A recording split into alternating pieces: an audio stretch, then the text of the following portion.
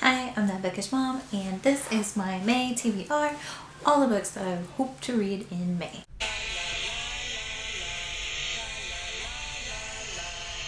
I have Emma in the Night by Wendy Walker, and this is a thriller about two sisters who disappear, and 3 years later, Cass returns without her sister Emma. So the girls were held on some kind of mysterious island, but the forensic who is looking into their situation is not making sense of things and is going to dig a bit deeper. This seems really interesting, and I did learn about this book from Books and Lala, and she made it sound absolutely amazing, so I'm super excited to read this one. I'm also going to read Empire of Wild by Cherie Demeline. This is my advanced reader's copy that I won on a Goodreads giveaway. So Joan and Victor have a serious argument, and Victor disappears. Joan spends the next year searching for him and ends up finding him leading some kind of cult sounding thing, and he is preaching in a revival tent to the local Métis, and he's going by the name Eugene Wolfe. So now Joan is trying to figure out, who is this man? Is he actually my husband, or is this Eugene Wolfe? Because he's claiming that he's never met her before and that she is delusional. So I'm super excited that I won this, and I believe it's not going to be published till July, so I'm super excited to read it in advance. I also hope to read Letters to the Lost by Bridget Kimmerer. I don't know the worst with names.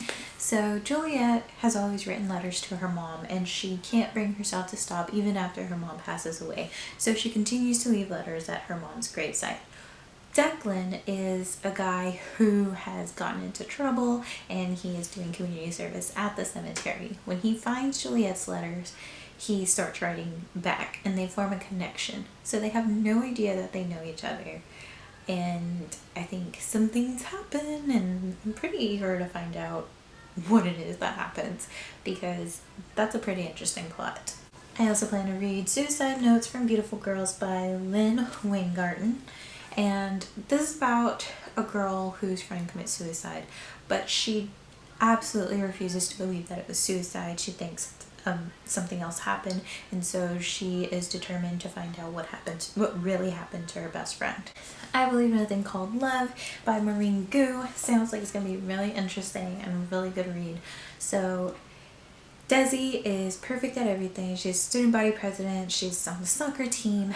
I mean, she's good at everything except for flirting. So she ends up studying some K-dramas in order to try and learn how to flirt when she meets a boy named Luca. And so she's trying to get better at flirting so she can get on his radar. It seems like it's going to be pretty funny. I've read a few books by Maureen Gu and really enjoyed them, so I'm super excited about this one. I also really want to read The Sound of Life and Everything by Krista Van Dolzer.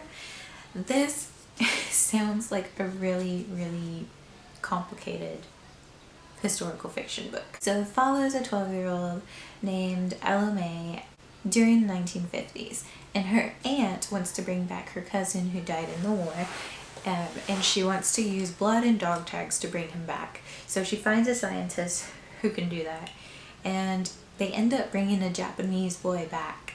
And the aunt wants nothing to do with him because this is a time where the Japanese are still really feared and despised, so she wants nothing to do with him. So Ella May and her mom decide to take him home. Ella May starts teaching him English, and slowly, his name is Takuma, his memory starts coming back, and she starts finding out some shocking truths about her family. So this sounds really good and really interesting, so I cannot wait to read this. This has been on my shelf for such a long time. I also hope to read Crown of Feathers by Nikki Pao Preto. So the main character is Veronica, and she really wants to become a Phoenix Writer. Her sister betrays her, and the Empire wants to completely destroy all the Phoenix Writers, and so she is on a mission to save the Phoenix Writers and become one, even if it means betraying her sister. And oof, just sounds like a lot of drama, but a lot of fantasy. I love the artwork, and I love that it has like a phoenix, like phoenixes. What is the plural for phoenixes? Phoenix? I don't know, but I am so excited about this one. I think it's going to be a real amazing adventure. That is my May TBR. I'm hoping to get to those 7 books. I'm kind of setting the bar low for me, so we will see. Thanks for watching. Bye.